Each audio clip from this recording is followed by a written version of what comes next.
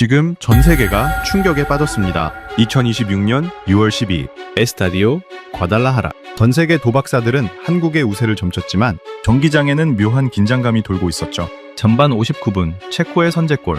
모두가 한국이 패배할 수 있다고 생각했습니다. 그리고 터진 황인범의 동점골, 오현규의 역전골. 최종 결과 대한민국의 2대1 승리. 지금부터 그 전말을 공개합니다. 안녕하세요. 저는 과달라하라에서 23년째 살고 있는 교민 이민준입니다. 멕시코 사람들은 이 도시를 할리스코의 진주라고 부르죠. 저도 처음엔 그 말이 과장처럼 들렸는데 막상 살다 보니 틀린 말은 아니더라고요. 과달라하라는 멕시코시티처럼 숨막히게 크지도 않고 그렇다고 시골처럼 조용하지도 않아요. 딱 사람이 살기 좋은 온도의 도시입니다. 저는 이 도시 북쪽에 작은 사무실 하나를 얻어서 무역 일을 하고 있습니다. 한국 전자제품 부품을 멕시코 공장들에 납품하는 일이에요. 거창하게 들리지만 실상은 직원들 달랑 데리고 제가 직접 거래처 찾아다니고 계약서 들고 뛰어다니는 그런 소규모 사업입니다. 그래도 덕분에 아이들 둘 대학 보냈고 집도 한 채 장만했으니 불평할 처지는 아니죠. 아내 로사리오는 멕시코 사람이에요. 결혼한 지 올해로 꼭 20년이 됩니다. 처음엔 언어도 문화도 달라서 부딪히는 게 많았는데 이제는 제가 멕시코식 사고방식으로 살고 있는 건지 아내가 한국식으로 물든 건지 그 경계가 흐릿해졌어요. 그냥 우리는 우리 방식대로 살고 있는 겁니다. 그날 아침은 유독 이상했습니다. 6월 12일. 평소라면 6시에 일어나 커피 한 잔 마시고 사무실로 나가는 게 제 루틴인데 그날은 새벽 4시부터 눈이 떠졌어요. 이유를 모르는 건 아니었죠. 알면서도 스스로한테 시치미를 떼고 싶었던 거였습니다.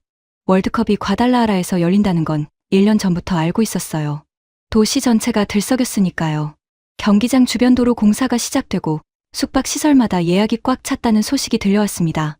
그런데 솔직히 말씀드리면 처음엔 그 들뜸이 저하고는 좀 먼 이야기처럼 느껴졌어요. 한국이 A조에 편성됐다는 건 알고 있었습니다. 그것도 공교롭게 과달라하라 조였죠. 주변 교민들이 단체 관람 모임을 만들고 태극기를 구해다 걸고 응원 티셔츠를 맞추는 동안 저는 그 열기를 유리창 너머로 보듯 바라봤어요. 왜 그랬냐고요? 딱히 설명하기가 어렵습니다.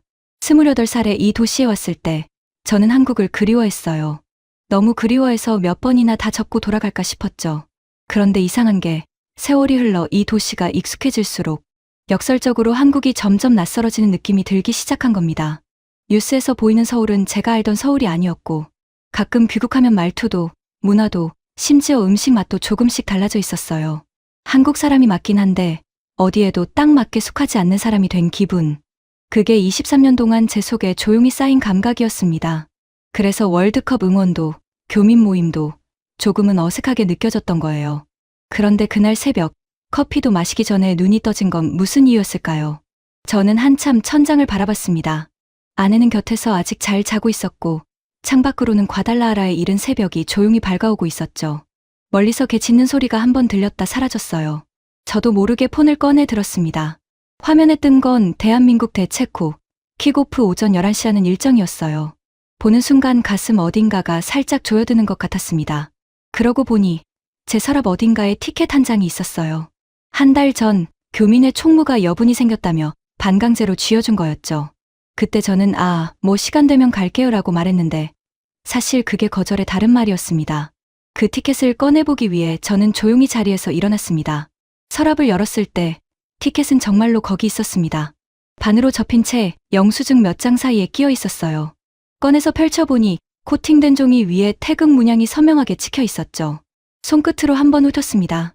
그냥 별 생각 없이. 사실 별 생각이 없지는 않았어요.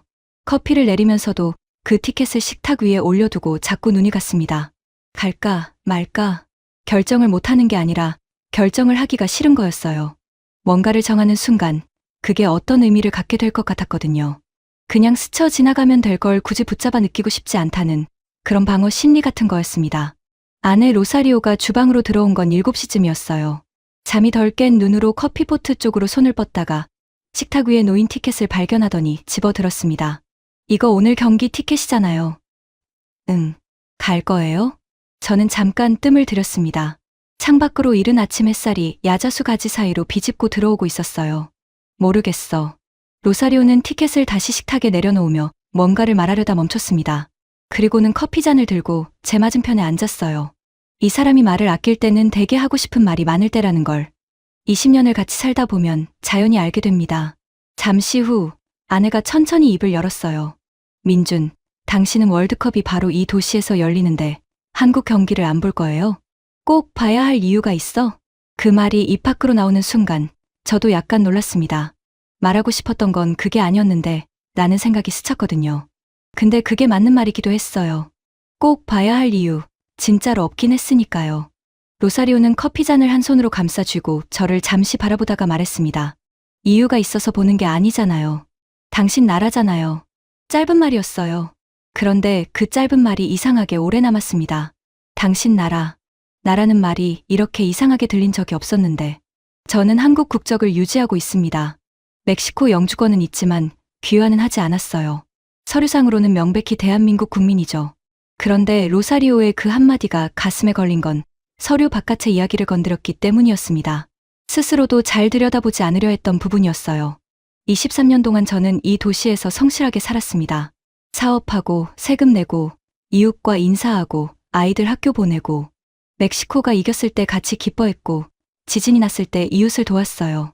이 도시가 제 삶의 터전이라는 건 의심할 여지가 없죠. 그런데 동시에 한국 뉴스를 볼 때마다 마음 한켠이 묘하게 조여드는 것도 사실이었습니다. 특히 무언가 잘 됐을 때 잘 됐다고 같이 기뻐해야 할지 아니면 그냥 남의 나라 이야기처럼 흘려야 할지 갈피를 못 잡는 느낌. 그 어중간한 자리가 23년 동안 제가 서 있던 곳이었어요. 그리운데 낯설고 내 나라인데 멀고 그 감각을 딱 잘라 누군가에게 설명한 적이 한 번도 없었습니다. 설명할 언어를 찾지 못한 것인지 아니면 굳이 설명하지 않는 편이 편했던 것인지 그것도 잘 모르겠어요. 로사리오는 더 말을 보태지 않았습니다. 그냥 커피를 마시며 자기 폰을 봤어요. 이 사람의 좋은 점 중 하나가 꼭 필요한 말만 하고 나서 밀어붙이지 않는다는 겁니다.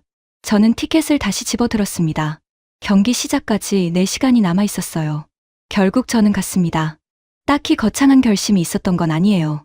그냥 티켓을 셔츠 주머니에 넣었고 로사리오가 챙겨준 물병을 들었고 문을 열고 나왔습니다. 그게 전부였어요. 결심이라기보다는 그냥 몸이 먼저 움직인 거였죠. 과달라하라 스타디움까지는 차로 20분 거리인데 그날은 도로 사정이 예사롭지 않았습니다.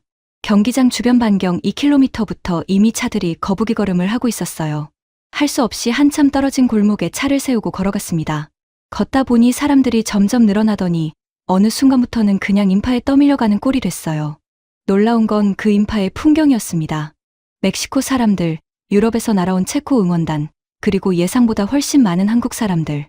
빨간 유니폼을 입고 태극기를 두른 사람들이 경기장으로 향하는 길목 여기저기에 보였어요. 짧게 끊어치는 한국어가 들려왔습니다. 익숙한데 오랜만에 제대로 들리는 것 같은 묘한 느낌이었죠. 입구 근처에서 교민회 총무 박성태 씨를 마주쳤습니다. 이 동네에서 식당을 운영하는 분인데 얼굴이 이미 빨개져 있었어요.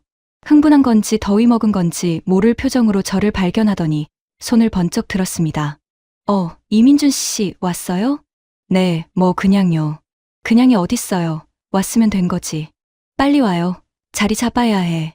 성태 씨는 제 팔을 거의 끌다시피 하며 교민들이 모인 구역으로 데려갔습니다. 거기엔 이미 20명 남짓한 교민들이 자리를 잡고 있었어요. 아는 얼굴도 있고 처음 보는 얼굴도 있었습니다. 다들 빨간 옷을 맞춰 입은 건데 저 혼자 흰 셔츠 차림이라 살짝 겉돌았어요. 자리에 앉았을 때 경기장 안의 열기가 피부로 느껴졌습니다. 과달라하라 스타디움은 고지대에 있는 경기장이에요. 원형 콜로세움처럼 생긴 외관 덕에 이번 월드컵 개최 도시 중에서도 유독 눈길을 끄는 곳이라고들 하더라고요. 안으로 들어서면 잔디 초록이 눈에 확 들어오는데 그게 또 이상하게 가슴을 두근거리게 만들었습니다. 제가 이런 감각에 무딘 사람인 줄 알았는데 그날은 달랐어요. 관중석은 이미 절반 이상 차 있었습니다. 파란색과 흰색 유니폼을 입은 체코 응원단이 한쪽을 가득 채우고 있었고 반대편은 붉은 물결이었어요. 전광판에는 양국 국기와 선수 명단이 번갈아 떴습니다. 손흥민, 김민재, 이강인, 황인범. 한 명씩 이름이 뜰 때마다 주변 교민들이 작게 탄성을 질렀어요. 저는 그 이름들을 보면서 이상한 감각을 느꼈습니다. 저 선수들은 제가 모르는 한국에서 자랐을 거예요. 제가 이 도시에서 사업하고 아이 키우는 동안 저 사람들은 한국 어딘가에서 공을 차고 훈련하고 그라운드 위에서 울고 웃었겠죠. 그런데 지금 이 순간 그들이 과달라하라 잔디 위에 서 있고 저는 그 맞은편 관중석에 앉아 있다는 게 묘하게 실감이 안 됐습니다. 교민의 막내 조연서 씨가 옆에 앉으며 말을 걸었습니다. 30 초반의 청년인데 이쪽에 온 지는 3년밖에 안 됐어요. 이민준 선배님도 오셨네요. 진짜 기대되지 않아요? 그렇죠, 뭐. 저 요즘 잠을 못 잤어요. 너무 기대돼서. 이기면 진짜 울 것 같아요. 현서 씨의 눈이 반짝였습니다. 그 눈빛을 보면서 저는 뭔가 묘한 기분이 들었어요. 저도 저런 때가 있었나 하고. 이 나라에서 오래 살다 보면 어느 순간부터 그 반짝임이 조금씩 무뎌지는 것 같다는 생각도 들었고요. 킥오프까지 30분이 남아 있었습니다. 양팀 선수들이 워밍업을 위해 그라운드에 나오기 시작했어요. 그 순간 관중석에서 함성이 터졌습니다. 빨간 유니폼을 입은 선수들이 잔디 위를 달리는 걸 보는데 저도 모르게 몸이 앞으로 조금 기울었어요. 그러고 보니 심장이 아까부터 조금 빠르게 뛰고 있었습니다. 국가가 울려 퍼지기 시작했습니다. 애국가였어요. 스피커에서 흘러나오는 첫 소절이 경기장 안을 가득 채우는 순간 저는 자기도 모르게 자리에서 일어섰습니다. 주변 교민들도 일제히 일어났고 손을 가슴에 얹는 사람도 있었어요.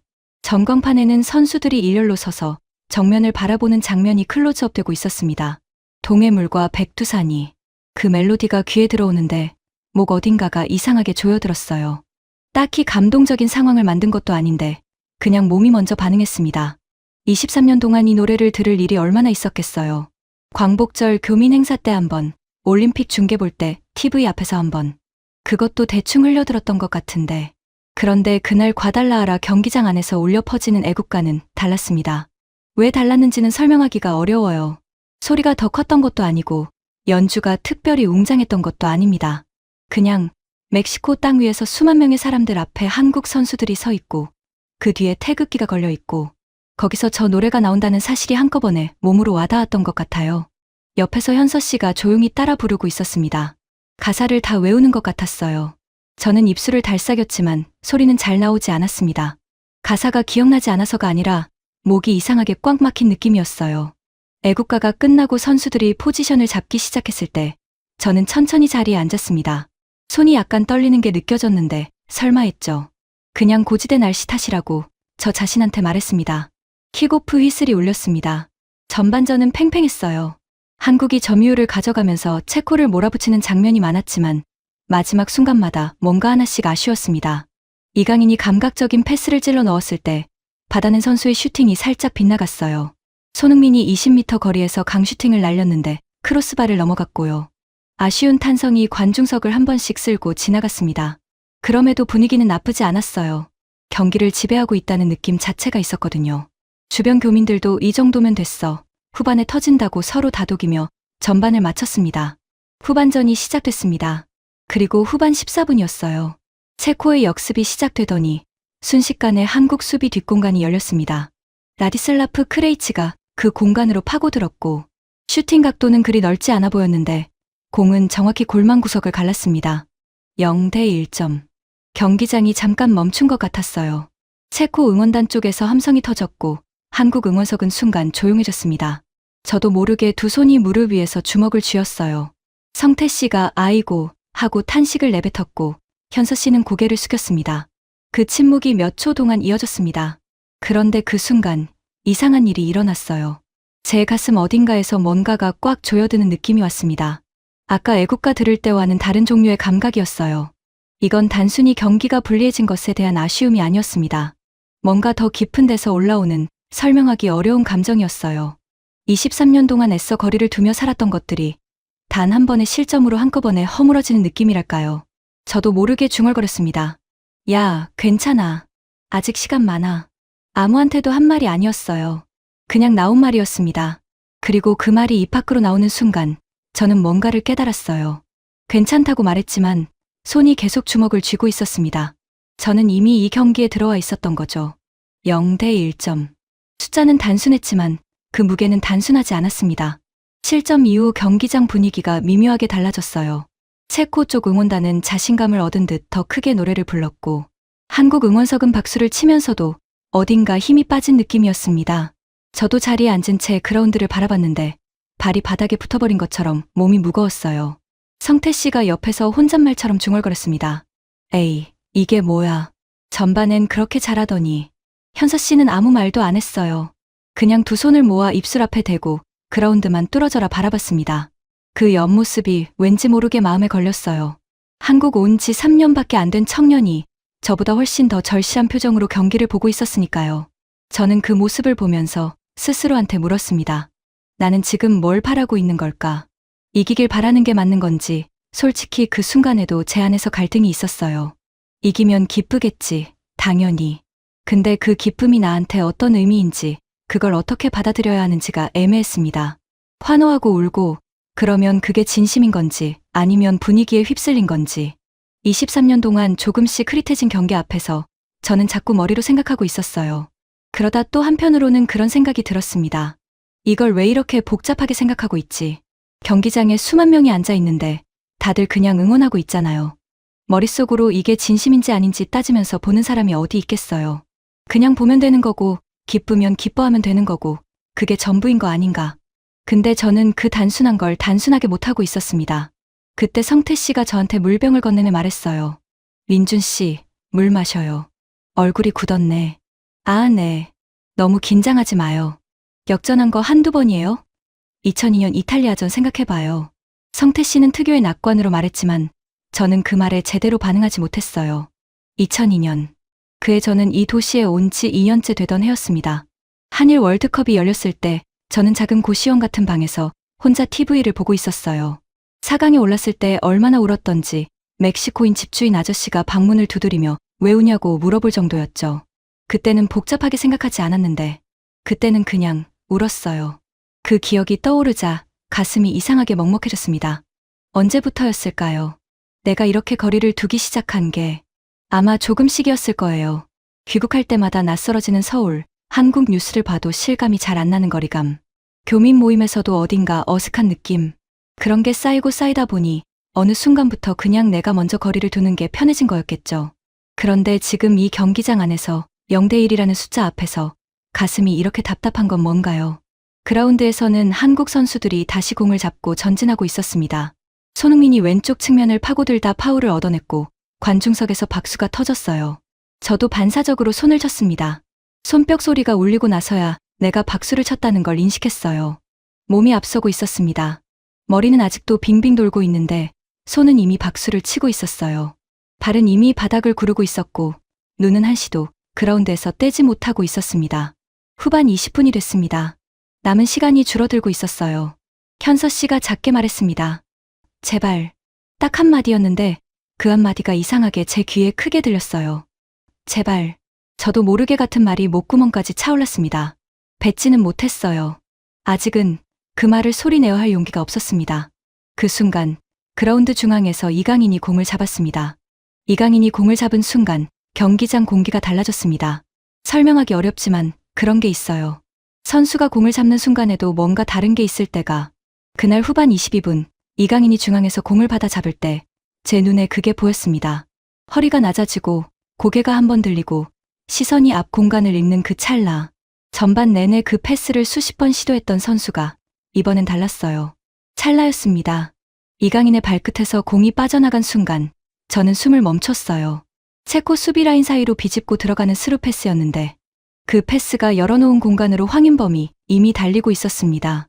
마치 둘이 사전에 약속이라도 한 것처럼 타이밍이 맞아떨어졌어요. 황인범이 공을 받았습니다. 수비와 1대1, 그리고 골키퍼와도 1대1. 관중석이 한 번 들숨을 쉬었어요. 황인범은 멈추지 않았습니다. 파고들면서 골키퍼가 앞으로 나온 걸 확인했고 그 타이밍에 오른발로 공을 살짝 띄웠어요.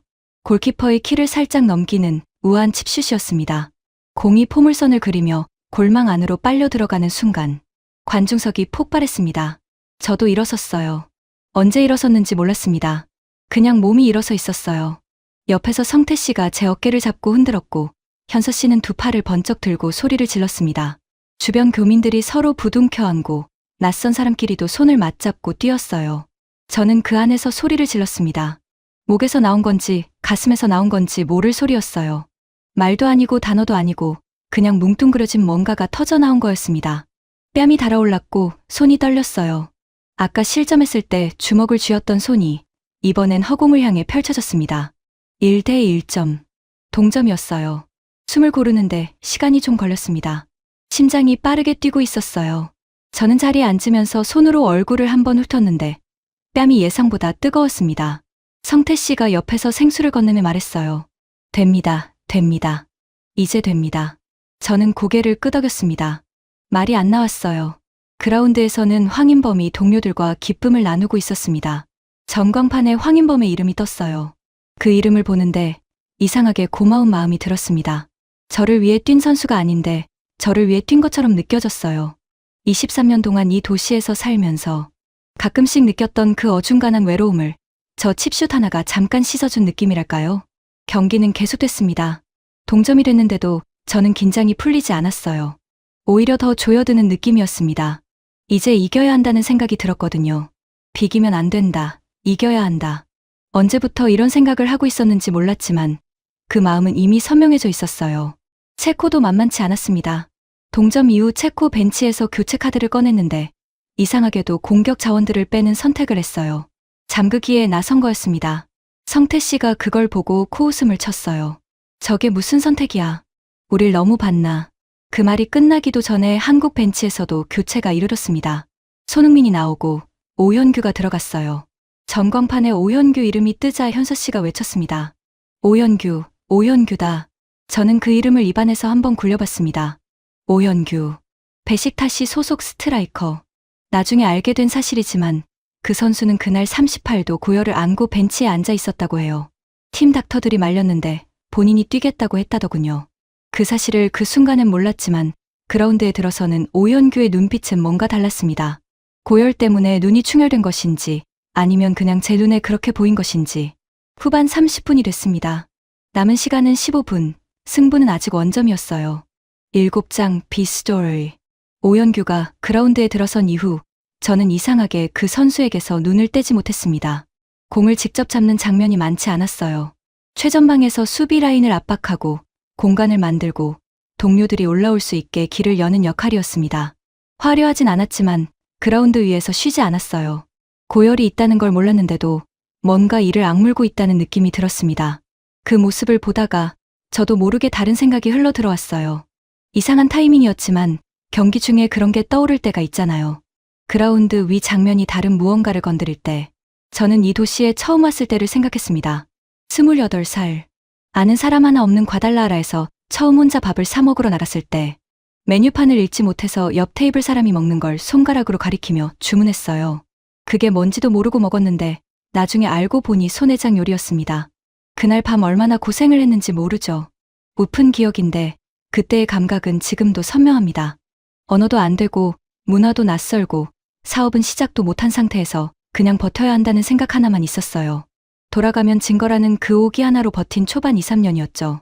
오현규가 그라운드에서 쉬지 않고 움직이는 걸 보면서 그 오기가 떠올랐습니다. 저 선수도 지금 버티고 있는 거겠구나. 그런 생각을 하는데 옆에서 낯선 목소리가 들렸어요. 제 왼쪽에 앉아있던 중년 여성이었는데 교민 모임 사람은 아니었습니다. 혼자 온 건지 일행이 있는 건지도 몰랐어요. 빨간 유니폼을 입고 있었고 눈이 약간 충혈돼 있었습니다. 혹시 한국 분이세요? 저는 고개를 돌렸습니다. 네, 맞아요. 여기 사세요? 네, 23년째요. 여성이 작게 눈을 크게 떴어요. 그러더니 작은 목소리로 말했습니다. 저는 사흘 전에 한국에서 왔어요. 이 경기 보러요. 이 경기만 보러 한국에서 날아왔다는 말이었어요. 저는 순간 할 말을 잃었습니다. 이 경기 하나를 위해 비행기를 타고 이 도시까지 온 사람이 바로 옆에 앉아 있었던 거예요. 저는 이 도시에 살면서도 올까 말까 망설였는데 혼자 오셨어요? 네. 남편은 못 온다고 해서요. 애들도 있고 그냥 저 혼자 왔어요. 여성은 담담하게 말했지만 그 담담함 안에 뭔가 단단한 게 있었습니다. 이름을 물었더니 서윤이라고 했어요. 나이는 저보다 2~3살 아래인 것 같았습니다. 무섭지 않으셨어요. 혼자 오시는 게. 윤희 씨가 잠깐 생각하더니 말했습니다. 무섭긴 했죠. 근데 안 오면 두고두고 후회할 것 같았어요. 우리 애가 손흥민 선수 엄청 좋아하는데 월드컵이 이렇게 가까이 열리는 게 살면서 또 있을까 싶어서요. 아이를 위해 혼자 지구 반 바퀴를 날아온 거였습니다. 저는 그 말을 듣는데 가슴 한쪽이 묵직해졌어요. 이유를 딱히 설명할 수가 없었습니다. 그냥 이 사람과 나는 전혀 다른 이유로 이 자리에 앉아 있구나 하는 생각이 들었어요. 이 사람은 이유가 분명했고 저는 이유를 아직도 찾는 중이었으니까요. 경기장 전광판이 후반 32분을 가리키고 있었습니다. 윤희 씨가 그라운드를 바라보며 말했어요. 목소리가 조금 떨렸습니다. 제발 이겨줬으면 좋겠어요. 애한테 이겼다고 영상통화하고 싶어서요. 저는 대답 대신 고개를 끄덕였습니다. 그라운드에서 오현규가 수비 뒤 공간으로 다시 달려들고 있었어요. 쉬지 않았습니다. 고열이 있는 몸으로 저 선수는 멈추지 않았어요. 그 모습을 보면서 저는 처음으로 소리내어 중얼거렸습니다. 이겨야 하는데 아까와는 달랐어요. 이번엔 진심이었습니다. 황인범이 오른쪽에서 공을 잡는 순간 오현규가 움직이기 시작했습니다. 수비 라인 앞에서 기다리던 오현규가 순간적으로 대각선 방향으로 파고들었어요. 체코 수비 2명이 따라붙었지만 반 박자 늦었습니다. 황인범의 시선이 오현규를 향하는 게 보였어요. 크로스가 올라왔습니다. 오른쪽 높이에서 날아오는 공을 오현규가 왼발로 논스톱 발리슛으로 맞췄습니다. 공이 골망을 가르는데 걸린 시간은 1초도 안 됐어요. 2대 1점. 그 순간을 뭐라고 설명해야 할지 모르겠습니다. 제 입에서 나온 건 말이 아니었어요. 단어도 아니었습니다. 그냥 폐 안에 있던 공기가 한꺼번에 다 터져 나오는 것 같은 그런 소리였어요. 저는 일어서 있었습니다. 언제 일어섰는지 이번에도 몰랐어요. 양 주먹이 허공에 올라가 있었고 옆에 있던 현서 씨가 제 등을 손바닥으로 세게 쳤습니다. 성태 씨는 모자를 벗어서 허공에 던졌어요. 교민들이 한데 엉켜 소리를 질렀습니다. 왼쪽에 앉아있던 윤희 씨는 두 손으로 얼굴을 감싸고 있었어요. 손가락 사이로 눈물이 흘러내리고 있었습니다. 저는 그 모습을 보면서 뭔가가 눈 뒤쪽을 뜨겁게 치고 지나가는 걸 느꼈어요. 참았습니다. 이를 악물고 참았어요. 그런데 뺨이 이미 젖어 있었습니다. 언제부터였는지 몰랐어요. 손으로 훔쳤는데 또 흘렀습니다. 경기장 전체가 들끓었습니다. 한국 응원석은 하나의 생명체처럼 움직였어요. 모르는 사람끼리 안고 소리를 지르고 서로의 이름도 모르면서 같은 기쁨 안에 있었습니다. 멕시코 관중 일부도 한국 쪽을 향해 엄지손가락을 들었어요. 전광판에 오현규의 이름이 크게 떴습니다. 저는 그 이름을 바라봤어요. 38도 고열. 나중에 안 사실이지만 그 선수는 경기 직전까지 침대에 누워 있었다고 합니다. 팀 닥터가 뛰지 말라고 했는데 본인이 괜찮다고 했다더군요. 괜찮다고 말했지만 몸은 괜찮지 않았을 거예요. 그런데도 그라운드에 나왔고 들어온 지 15분도 안 돼서 역전골을 터뜨렸습니다. 괜찮지 않아도 나가는 것. 그게 저한테 이상하게 크게 다가왔어요. 저는 23년 동안 이 도시에서 괜찮지 않을 때마다 괜찮은 척하며 버텨왔는데 동시에 한국에 대해서는 정반대였습니다. 괜찮다고 느끼면서도 모른 척했어요. 그리워도 그립지 않은 척, 기쁘면서도 남의 일인 척. 그게 저를 지키는 방식이라고 생각했던 거였는지도 모르죠. 근데 저 선수는 아프면서도 나갔어요. 그리고 골을 넣었습니다. 성태 씨가 제 어깨를 잡고 흔들었습니다.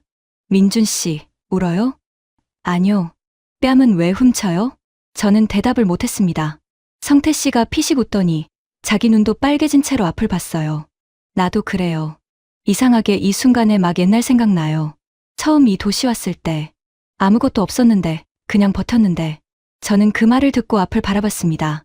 그라운드에서 한국 선수들이 다시 포지션을 잡고 있었어요. 아직 경기는 끝나지 않았습니다. 남은 시간은 10분. 그리고 체코는 반드시 동점을 만들어야 했어요.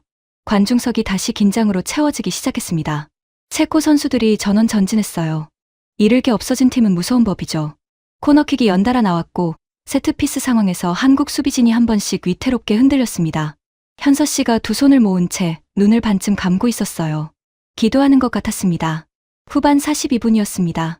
체코의 날카로운 세트피스에서 공이 올라왔고 문전에서 슈팅이 터졌어요. 그 순간 저는 눈을 감았습니다. 다시 눈을 떴을 때 관중석이 탄성을 질렀습니다. 그런데 그건 실망의 탄성이 아니었어요. 김승규였습니다. 동물적인 반사신경으로 공을 쳐낸 김승규가 골포스트를 짚고 일어서고 있었어요. 온몸을 던진 세이브였습니다. 체코 선수들이 머리를 감싸 쥐었고 한국 선수들이 김승규에게 달려갔습니다. 윤희 씨가 옆에서 제 팔을 꽉 잡았어요. 자기도 모르게 잡은 것 같았습니다. 저도 뿌리치지 않았어요. 경기 종료 휘슬까지 이제 3분이 남아 있었습니다. 3분이 이렇게 길었던 적이 있었나요? 시계를 보면 줄어드는데 체감으로는 늘어나는 것 같았습니다. 후반 추가 시간 표시판이 올라갔어요. 4분. 관중석에서 신음받은 소리가 흘러나왔습니다. 4분이 더 있다는 거였으니까요. 저는 그 순간부터 숨을 제대로 못 쉬었어요. 체코가 다시 전진했습니다. 코너킥, 프리킥, 문전 혼전.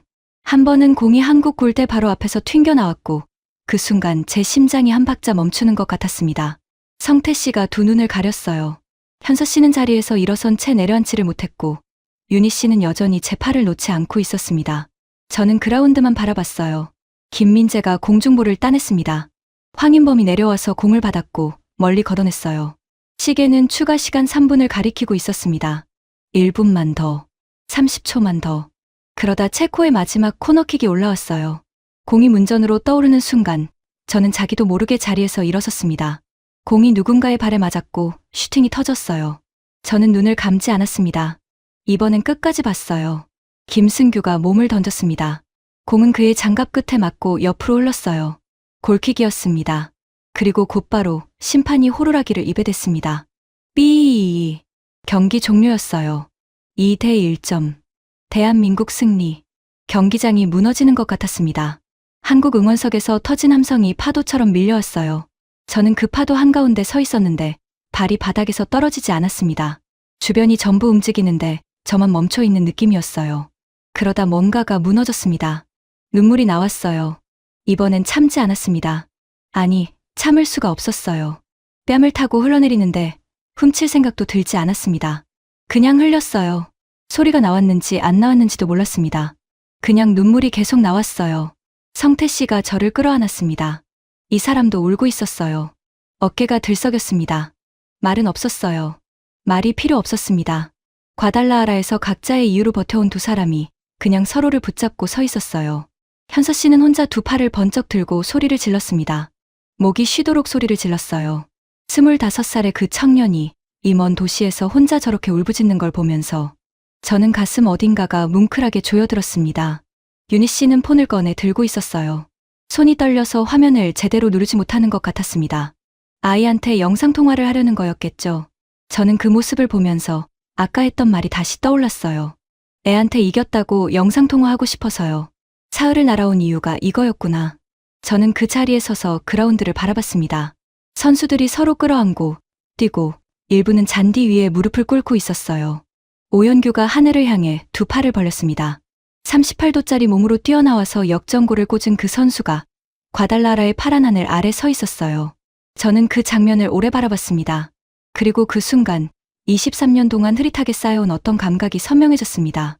나는 한국 사람이구나. 여기서 살아도, 멕시코 음식을 먹어도, 스페인어로 꿈을 꿔도 저 선수들이 이겼을 때 이렇게 무너지는 사람이라면 그게 답인 거였어요.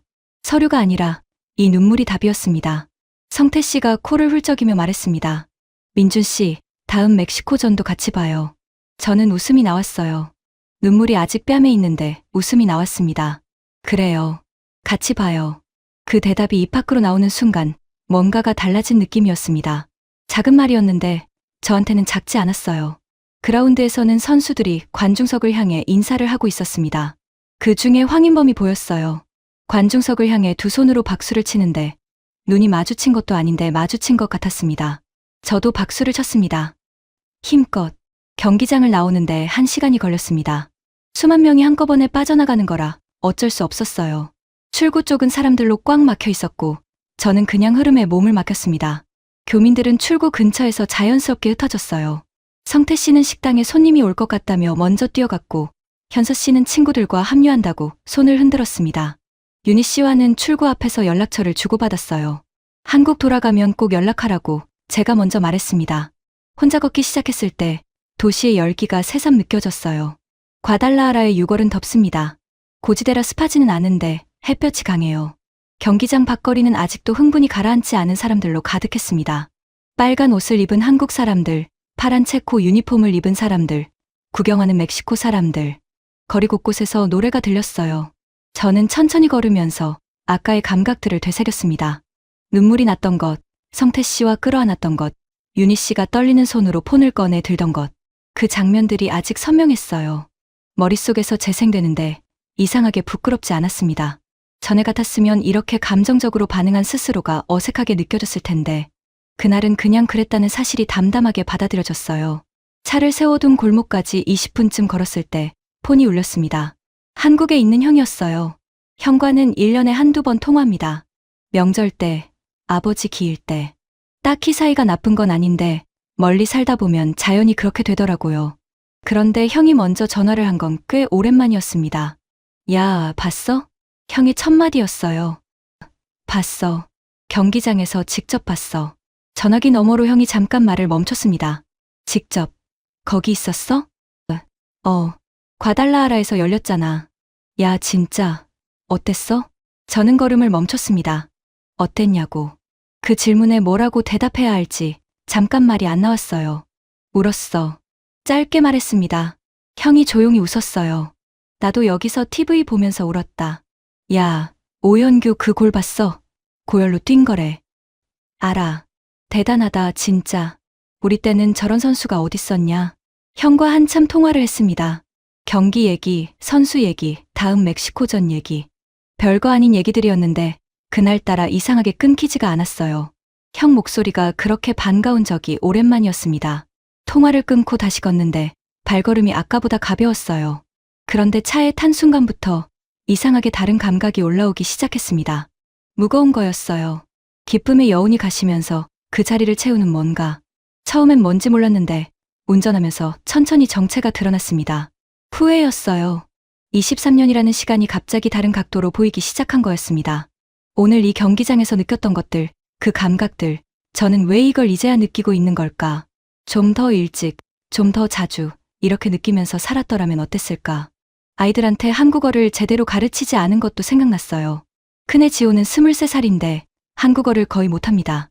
어릴 때 집에서 한국어를 쓰면 로사리오가 소외감을 느낄까봐 스페인어를 주로 썼거든요.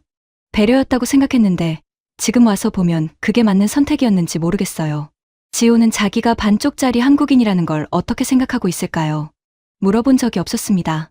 둘째 소라는 19살인데 한국 아이돌을 좋아해서 한국어를 혼자 공부했어요. 그래서 오히려 지호보다 한국어를 잘합니다.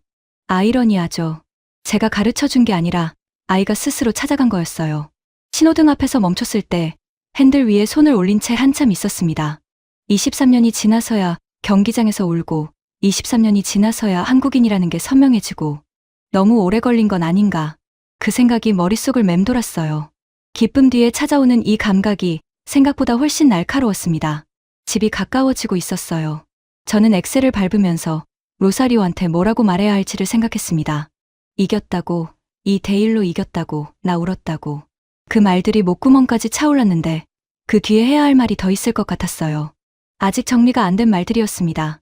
집 문을 열었을 때 로사리오가 주방에 있었습니다. 뭔가를 만들고 있었어요. 냄새로 알 수 있었습니다. 된장찌개였어요.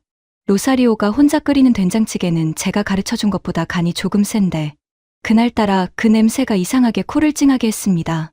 왔어요? 로사리오가 뒤도 안 돌아보고 말했어요. 응. 이겼죠? 응. 2대 1점. 그제야 로사리오가 돌아봤습니다. 제 얼굴을 한번 훑더니 아무 말 없이 다시 냄비 쪽으로 고개를 돌렸어요. 그런데 입꼬리가 올라가 있었습니다. 이 사람 특유의 말 안 하고 웃는 방식이었어요. 울었어요? 아니. 눈이 부었는데 저는 대꾸 없이 소파에 앉았습니다. 잠시 후 로사리오가 물 한 잔을 가져다 식탁에 놓았어요. 그리고 맞은편에 앉았습니다. 아침에 티켓을 두고 앉았던 자리였어요. 어땠어요? 저는 물을 한 모금 마셨습니다. 뭐라고 말해야 할지 정리가 안 됐어요. 경기가 좋았다고 하면 맞는데 충분하지 않고 울었다고 하면 설명이 더 필요하고 그냥 한참 있다가 말했습니다. 나 오늘 처음으로 제대로 울었어.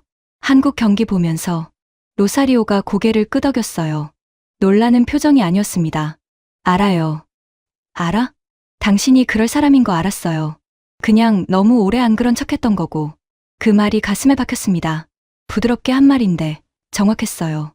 너무 오래 안 그런 척. 틀린 말이 하나도 없었습니다. 저는 한동안 말을 못했어요. 그러다 꺼내고 싶지 않았던 말이 나왔습니다.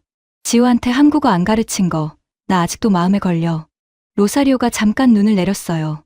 그건 우리 둘 다 한 선택이었어요. 그래도 내가 더 적극적으로 했어야 했는데. 지호는 괜찮아요. 괜찮은 게 아니라 나는 그 애가 자기가 어떤 사람인지 알았으면 했는데 한국인이라는 게 어떤 건지 그걸 내가 제대로 보여준 적이 없잖아. 말하고 나니 목이 조금 잠겼습니다. 오늘 경기장에서 울 때와는 다른 종류의 감각이었어요. 그건 터지는 거였는데 이건 무너지는 거였습니다. 로사리오가 조용히 말했어요. 민준, 당신은 보여줬어요. 뭘? 그동안 이 도시에서 버틴 거. 그게 보여준 거예요. 지호도 소라도 그걸 보고 자랐어요. 저는 대답을 못했습니다. 로사리오의 말이 맞는 것도 같고 틀린 것도 같았어요. 버티는 게 보여주는 건지 저는 잘 모르겠었습니다. 버티는 동안 정작 중요한 걸 놓친 건 아닌지.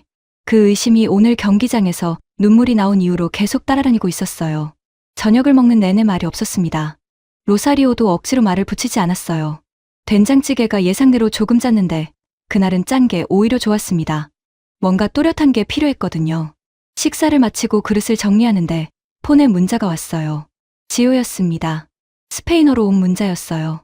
아빠, 한국 이겼어. 친구가 보내준 영상 봤는데 엄청나던데. 저는 그 문자를 한참 바라봤습니다. 스페인어로 온 문자. 한국 경기를 아빠한테 묻는 아이. 그 사이 어딘가에 지난 세월이 있었어요. 답장을 쓰려고 했는데 손가락이 멈췄습니다. 응, 이겼어. 그 한마디를 쓰면 되는데 그게 전부가 아닌 것 같았어요. 그렇다고 뭘 더 써야 할지도 몰랐고요. 한참 만에 문자를 보냈습니다. 응, 이겼어. 아빠가 경기장에서 직접 봤어. 나중에 얘기해 줄게. 전송하고 나서 폰을 내려놓는데 손이 약간 떨렸습니다. 나중에 얘기해 줄게. 그 말이 공수표가 되지 않으려면 저는 먼저 정리해야 할 게 있었어요. 지호한테 무슨 말을 어떻게 해야 할지, 그동안 하지 않았던 이야기를 어디서부터 시작해야 할지. 그날 밤 저는 오래 잠을 못 이뤘습니다. 잠이 오지 않았습니다. 천장을 바라보며 뒤척이다 결국 새벽 2시에 자리에서 일어났어요. 로사리오는 깊이 잠들어 있었습니다. 조용히 거실로 나와 불도 켜지 않고 소파에 앉았어요. 창밖으로 과달라하라의 밤이 조용히 깔려 있었습니다. 가끔 차 한 대가 지나가는 소리, 멀리서 개 짖는 소리. 그게 전부였어요. 손에 폰이 들려 있었는데 화면을 켜지는 않았습니다. 지호한테 보낸 문자가 자꾸 떠올랐어요. 나중에 얘기해 줄게. 그 말이 머릿속에서 빠져나가질 않았습니다. 나중에 얼마나 많은 것들을 나중으로 미뤘는지 그날 밤 그게 한꺼번에 밀려오는 것 같았어요. 아버지가 생각났습니다. 아버지는 제가 멕시코로 떠나던 날 공항에서 아무 말도 하지 않으셨어요. 그냥 어깨를 한번 두드리셨습니다. 그게 전부였죠. 저는 그때 그 손의 무게를 대수롭지 않게 넘겼는데 지금 생각하면 그 손에 얼마나 많은 말이 담겨 있었는지. 아버지는 4년 전에 돌아가셨어요. 임종은 못 지켰습니다. 코로나가 한창일 때라 비행기를 못 탔어요. 형이 대신 연락을 해줬고 저는 이 거실에서 혼자 울었습니다. 그 울음과 오늘 경기장에서의 울음이 같은 눈물이었는지 다른 눈물이었는지 어둠 속에서 그 생각을 했습니다. 아버지한테도 제대로 말하지 못한 게 많았어요. 잘 지낸다, 사업은 괜찮다, 로사리오가 잘 챙겨준다. 그런 말들만 했죠. 여기가 가끔 외롭다는 것, 한국이 그리운데 막상 가면 낯설다는 것, 어디에도 딱 맞게 속하지 못하는 기분이 든다는 것. 그런 말은 한 번도 못했습니다. 하지 못한 말들이 이렇게 쌓이는 거구나. 그리고 그게 지호한테도 똑같이 반복되고 있었어요. 지호는 착한 아이입니다. 성실하고 책임감 있고 친구도 많아요. 멕시코 사람으로 잘 살고 있어요. 그런데 저는 그 아이가 거울을 볼 때 자기 눈에서 뭘 보는지 물어본 적이 없었습니다. 아시아인의 얼굴을 한 채 멕시코에서 자란 아이가 자기 자신을 어떻게 설명하는지 그게 궁금했는데 물어보는 게 무서웠어요. 대답이 상처가 될까봐 아니면 제 탓이 될까봐. 새벽 3시가 넘었습니다. 저는 일어나서 부엌으로 갔어요. 물을 한 잔 마시고 창가에 기댔습니다. 골목 아래로 가로등 불빛이 조용히 내려앉아 있었어요. 오늘 경기장에서 느꼈던 것, 나는 한국 사람이라는 그 선명함. 그게 기쁘면서도 동시에 아팠습니다. 왜냐하면 그 선명함이 오늘 처음이었으니까요. 진작 이랬더라면 이라는 말이 자꾸 붙었어요. 근데 진작 이랬더라면 뭐가 달랐을까요? 저는 그 질문을 붙잡고 한참 있었습니다. 달랐을 수도 있고 안 달랐을 수도 있어요. 지호한테 한국어를 가르쳤더라도 아이가 쓰고 싶지 않았으면 소용없는 거였을 테고, 제가 더 자주 한국 경기를 보며 울었더라도 그게 지호한테 뭔가를 전해줬을지는 모르는 거였죠. 후회는 언제나 이미 지나간 시간을 향하고 있어서 그 방향으로 아무리 걸어도 닿는 곳이 없습니다. 그러다 한 가지 생각이 들었어요. 닿을 수 없는 과거 말고 닿을 수 있는 지금이 있다는 것. 지호는 아직 23살이에요. 저는 지금 여기 있고 지호도 지금 여기 있습니다. 하지 못한 말들이 쌓여 있다면 지금부터 하면 되는 거였어요. 늦었다고 생각하는 순간이 가장 빠른 순간이라는 말을 누가 했던가요? 진부하다고 생각했는데 새벽 3시 과달라하라 부엌에 혼자 서 있으니 그 말이 진부하게 느껴지지 않았습니다. 물잔을 내려놓고 폰을 들었어요. 지호한테 문자를 쓰기 시작했습니다. 스페인어로요. 한국어로 쓰고 싶었지만 지호가 읽을 수 있어야 하니까 길게 쓰지 않았어요. 딱 2줄이었습니다.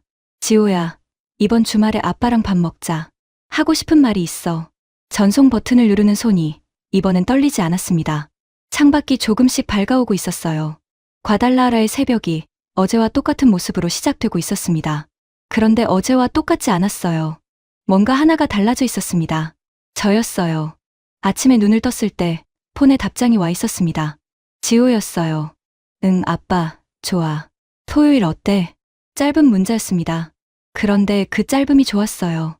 군더더기 없이 그냥 좋다고 한 거니까요. 저는 폰을 가슴 위에 올려놓고 잠깐 천장을 바라봤습니다. 토요일, 사흘 뒤였어요. 로사리오는 이미 일어나 있었습니다. 주방에서 커피 내리는 소리가 들렸어요. 저는 자리에서 일어나 세수를 하고 식탁에 앉았습니다. 로사리오가 커피잔을 내려놓으며 말했어요. 잠 못 잔 거 알아요. 새벽에 일어나는 소리 들었어. 깼어? 잠깐요. 근데 나오지 않았어요. 혼자 있어야 할 것 같아서. 이 사람은 늘 이래요. 다가와야 할 때와 물러서야 할 때를 압니다. 20년을 같이 살아도 여전히 고마운 부분이에요. 지호한테 연락했어. 이번 주 토요일에 밥 먹기로 했어. 로사리오가 커피잔을 들다 말고 저를 봤습니다. 뭔가를 물어보려다 참는 것 같았어요. 대신 그냥 고개를 끄덕였습니다. 잘했어요. 짧은 말이었는데 그 안에 많은 게 들어있었어요. 다그치지도 않고 과하게 반응하지도 않고 그냥 잘했다고. 저는 그 말이 좋았습니다. 커피를 마시며 창밖을 바라봤어요. 과달라하라의 아침은 늘 밝습니다. 야자수가 바람에 흔들리고 있었고 골목 아래로 아이들이 학교 가는 소리가 들렸어요. 평소와 똑같은 아침이었는데 어제와는 다른 눈으로 보이는 것 같았습니다. 사무실에 나가서도 그 감각이 이어졌어요. 오전에 거래처 미팅이 하나 있었는데 미팅이 끝나고 직원 에밀리오가 저한테 물었습니다. 에밀리오는 26살 멕시코 청년인데 저한테 한국어를 가끔 배우고 싶다고 했던 친구예요. 사장님, 어제 한국 이겼죠? 저 봤어요. 대박이던데요. 봤어? 유튜브로요. 오현규 골 보고 소름 돋았어요. 근데 사장님 직접 보셨다고요? 경기장에서 봤어. 에밀리오가 눈을 크게 떴습니다. 와, 진짜요? 어땠어요? 저는 잠깐 생각했어요. 어땠냐고. 어제 로사리오한테도 같은 질문을 받았는데 그때는 말이 잘 안 나왔습니다. 그런데 그날 아침은 달랐어요. 울었어. 에밀리오가 피식 웃었습니다. 저도 울 뻔했어요. 진짜로요. 역전골 터지는 순간에 그 말이 재미있었어요. 멕시코 청년이 한국 경기 보면서 울 뻔했다는 게 국적이 뭔 상관인가 싶었습니다. 좋은 장면은 그냥 좋은 거고 감동적인 순간은 그냥 감동적인 거였어요. 점심을 혼자 먹으러 나갔습니다. 사무실 근처 단골 식당이 있어요. 멕시코 가정식을 파는 작은 곳인데 주인 아주머니가 저를 20년 가까이 알고 있습니다. 들어서자마자 아주머니가 소리쳤어요. 꼬레아노, 이겼잖아. 꼬레아노는 스페인어로 한국 사람이라는 뜻이에요. 이 동네에서 저를 부르는 별명이기도 하죠. 이겼어요. 텔레비전으로 봤어. 대단하더라. 그 골키퍼 마지막에 막는 거 봤어? 심장 떨어지는 줄 알았다니까. 아주머니가 신이 나서 말하는데 저도 모르게 웃음이 나왔어요. 멕시코 식당 아주머니가 한국 경기를 보며 심장이 떨어질 뻔했다는 게 이상하게 뭉클했습니다. 자리에 앉아 음식을 기다리면서 저는 폰을 꺼냈어요. 소라한테 문자를 보냈습니다. 지호한테 보낸 것처럼 짧게. 소라야, 너 한국어 공부 혼자 했잖아. 같이 해볼까, 아빠랑. 보내고 나서 폰을 뒤집어 식탁에 올려놨습니다. 답장이 오든 안 오든 보내는 것 자체가 중요했어요. 음식이 나왔을 때 폰이 진동했습니다. 소라였어요. 이모티콘이 5개였습니다. 그리고 한국어로 딱 한마디. 진짜요? 저는 그 문자를 보며 소리내어 웃었습니다. 식당 안에 혼자 앉아서 소리내어. 아주머니가 주방에서 고개를 내밀며 뭐가 좋냐고 물었고 저는 그냥 좋다고 했어요. 설명하기엔 너무 많았거든요. 토요일이 됐습니다. 지호와 약속한 식당은 시내 중심가에 있는 한 식당이었어요. 과달라하라에 한 식당이 몇 군데 있는데 그 중에서 제일 오래된 곳입니다. 교민이 운영하는 곳은 아니고 멕시코 사람이 운영하는데 신기하게도 김치찌개 맛이 제법 납니다. 지호가 어릴 때 가끔 데려갔던 곳이에요. 지호는 저보다 먼저 와 있었습니다. 식당 입구에서 기다리고 있었어요. 키가 저보다 반뼘쯤 크고 머리는 로사리오를 닮아 짙은 갈색입니다. 눈매만 저를 닮았어요. 그 눈이 저를 보고 손을 들었습니다. 아빠, 스페인어였어요. 아빠는 한국어랑 스페인어가 같으니까 어느 쪽인지 사실 구분이 안 됩니다. 저는 그냥 그게 좋았어요. 자리에 앉아서 메뉴를 봤습니다. 지호가 김치찌개를 시켰어요. 어릴 때 여기 올 때마다 시키던 거였습니다. 그걸 기억하고 있다는 게 이상하게 마음을 건드렸어요. 음식이 나오기 전에 지호가 먼저 말을 꺼냈습니다. 아빠, 하고 싶은 말이 있다고 했잖아. 뭔데? 저는 물잔을 손으로 감쌌습니다. 며칠 동안 속으로 준비했던 말들이 있었는데 막상 지호 앞에 앉으니 그 순서가 다 흐트러졌어요. 그냥 떠오르는 대로 말했습니다. 지호야, 아빠가 너한테 한국어 안 가르쳐 준 거 미안하다. 지호가 잠깐 눈을 깜빡였어요. 갑자기가 아니라 오래 하고 싶었던 말인데 못한 거야. 지호가 팔짱을 끼며 저를 바라봤습니다. 이 아이가 생각할 때 하는 자세예요. 어릴 때부터 그랬어요. 아빠, 나 그거 별로 안 서운했는데. 그래? 근데 아빠가 서운했던 거 아니야? 그 말에 저는 잠깐 멈췄습니다. 내가 서운했던 거. 지호한테 못 가르쳐 준 게 아니라 내가 하지 못했다는 사실이 나를 서운하게 한 거였는지도 모르겠다는 생각이 들었어요. 모르겠어. 둘 다인 것 같아. 지호가 피식 웃었습니다. 아빠, 나 한국 사람인 거 알아. 반만이지만 반만이 아니야. 제 목소리가 생각보다 단호하게 나왔어요. 지호가 눈을 약간 크게 떴습니다. 반만이 아니야, 지호야. 반은 멕시코 사람이고 반은 한국 사람이 아니라 너는 멕시코 사람이기도 하고 한국 사람이기도 한 거야. 그 두 개가 각각 온전한 거야. 말하고 나서 스스로도 조금 놀랐습니다. 이 말은 준비한 게 아니었거든요. 그냥 나왔어요. 그런데 나오고 나니 이게 제가 오랫동안 스스로한테도 해주지 못한 말이었다는 걸 알았습니다. 지호가 잠시 아무 말도 하지 않았어요. 그러더니 천천히 말했습니다. 아빠는 어때? 저는 그 질문을 받는데 가슴이 한번 크게 뛰었어요. 아빠도 이제 알 것 같아. 이번 경기 보면서. 많이 울었어? 많이 울었어. 지호가 또 피식 웃었습니다. 그러더니 멋쩍은 듯 눈을 내렸어요. 나도 영상으로 봤는데 오연규 골 터질 때 나도 좀 울었어. 저는 그 말을 듣고 웃음이 터졌습니다. 지호도 따라 웃었어요. 식당 안에 우리 둘의 웃음소리가 퍼졌어요. 처음이었습니다.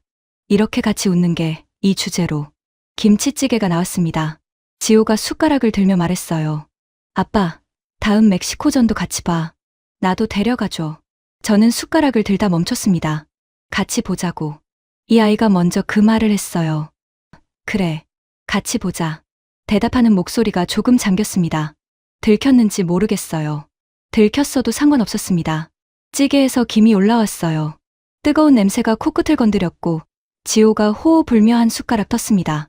그 옆모습이 어릴 때 이 식당에 앉아있던 그 아이랑 똑같았어요. 달라진 것도 있고 달라지지 않은 것도 있었습니다. 달라지지 않은 것들이 이렇게 고마운 줄 몰랐습니다. 창밖으로 과달라하라의 오후가 밝게 펼쳐져 있었어요. 저는 찌개를 한 숟가락 떴습니다. 뜨거웠지만 삼켰어요. 맛있었습니다. 멕시코전은 일주일 뒤였습니다. 지호와 나란히 경기장으로 걸어가는데 이상하게 발이 가벼웠어요. 지난주 혼자 걸어왔던 그 길이었는데 옆에 사람이 하나 있다는 게 이렇게 다를 줄 몰랐습니다. 지호는 빨간 유니폼을 사왔어요. 제가 사준 게 아니라 본인이 직접 샀습니다. 그게 괜히 좋았어요. 아빠는 왜 또 흰 셔츠야? 이게 편해. 경기장에서 혼자 튄다. 지난번에도 그랬어. 지호가 피식 웃었습니다. 그 웃음이 로사리오 웃음이랑 똑같았어요. 닮은 걸 알고 있었는데 그날은 유독 선명하게 보였습니다. 입구 앞에서 성태 씨를 마주쳤어요. 성태 씨가 지호를 보더니 눈을 크게 떴습니다. 아들이에요? 이민준 씨 아들? 네, 지호예요. 와, 다 컸네. 나 알아? 아빠 친구 박성태야. 지호가 스페인어로 반갑다고 했고 성태 씨가 한국어로 반갑다고 했어요. 서로 다른 언어였는데 두 사람 다 웃었습니다. 말이 안 통해도 통하는 순간이 있죠. 자리를 잡았을 때 지호가 경기장을 둘러봤어요. 와, 진짜 크다. 처음이지. 이런데. 근데 왜 진작 안 데려왔어? 그 말이 가볍게 던진 말인데 저한테는 가볍게 안 들렸습니다. 진작 안 데려온 이유가 있었는지 아니면 그냥 생각을 못한 건지. 솔직히 후자였던 것 같아요. 생각을 못한 게 아니라 안 한 거였겠죠. 그 차이가 마음에 걸렸지만 그날은 오래 붙잡지 않았습니다. 지금 여기 있으면 됐으니까요. 애국가가 울려 퍼지기 시작했습니다. 지호가 자연스럽게 일어섰어요. 저도 일어섰습니다. 지호가 가사를 모를 거라 생각했는데 작게 따라 부르고 있었어요. 소리가 작아서 잘 들리진 않았지만 입술이 움직이는 게 보였습니다. 소라한테 배웠는지 아니면 혼자 찾아봤는지 묻지 않았어요. 그냥 그 모습을 옆에서 바라봤습니다. 눈이 또 뜨거워지어 했어요. 이번엔 참지 않았습니다. 근데 흐르지도 않았어요.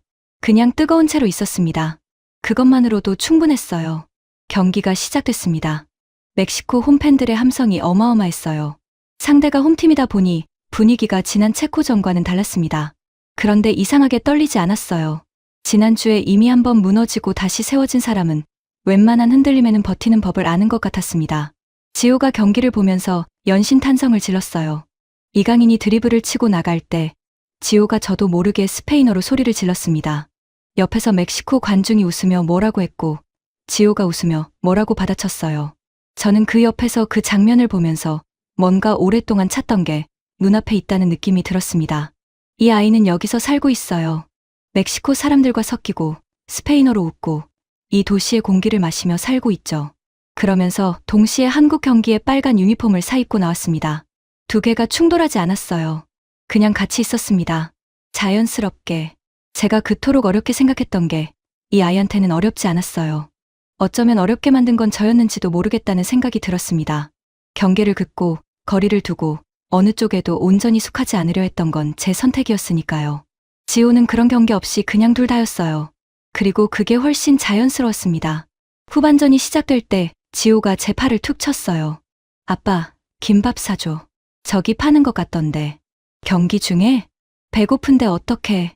저는 웃으면서 자리에서 일어섰습니다. 교민 아주머니가 파는 김밥 코너가 경기장 안쪽에 있었어요. 두 줄을 사서 돌아오니 지호가 받아 들고 바로 한 개를 집어 먹었습니다. 맛있다. 당연하지. 나란히 앉아 김밥을 먹으면서 경기를 봤습니다. 말이 없었어요. 말이 없어도 어색하지 않았습니다. 과달라하라의 하늘 아래 수만 명의 함성 속에서 아버지와 아들이 나란히 앉아 김밥을 먹고 있었어요. 저는 그 순간을 오래 기억할 것 같았습니다. 집에 돌아오는 차 안에서 지호가 말했어요. 아빠, 나 한국 한번 가보고 싶어. 제대로. 가자. 같이 가자. 진짜? 응. 아빠 고향도 보여주고 싶어. 지호가 창밖을 바라보며 작게 웃었습니다. 과달라하라의 밤거리가 창문 너머로 흘러갔어요. 가로등 불빛이 지호의 옆 얼굴을 잠깐씩 비췄습니다. 저를 닮은 눈매가 불빛 속에서 반짝였어요. 저는 핸들을 잡고 앞을 바라봤습니다. 이 도시에서 산 세월이 후회가 된 적은 없었어요. 앞으로도 그럴 것 같았습니다. 다만 이제는 조금 다르게 살 수 있을 것 같았어요. 거리를 두지 않고, 모른 척하지 않고, 그리우면 그립다고, 기쁘면 기쁘다고, 한국이 이기면 울어도 되는 사람으로, 그리고 그 눈물을 옆에 있는 아들에게 보여줄 수 있는 아버지로. 과달라하라의 밤이 깊어지고 있었습니다. 그 밤 속으로 우리 둘을 태운 차가 천천히 달려갔어요. 어디로 가는지는 알고 있었습니다. 집이었어요. 그리고 집이 어디인지도 이제는 알 것 같았습니다. 여기였어요. 지호가 옆에 있는 이 자리. 2026년 6월 12일. 대한민국이 체코를 2대1로 꺾었습니다. 후반 14분 선제 실점. 그리고 황인범의 동점골, 오연규의 역전골. 38도 고열을 안고 그라운드에 뛰어나온 선수가 결승골을 터뜨리던 그 장면을 저도 중계로 보면서 가슴이 뜨거워졌습니다. 그런데 문득 이런 생각이 들었어요. 이 경기가 열린 곳이 멕시코 과달라하라라는 사실. 그 도시에는 오래전부터 터를 잡고 살아온 한국 교민들이 있다는 사실. 그분들은 그날 어떤 마음으로 그 경기를 봤을까? 고향을 떠나 낯선 땅에서 뿌리를 내린 사람들. 한국이 그리우면서도 점점 낯설어지는 감각을 안고 살아온 사람들.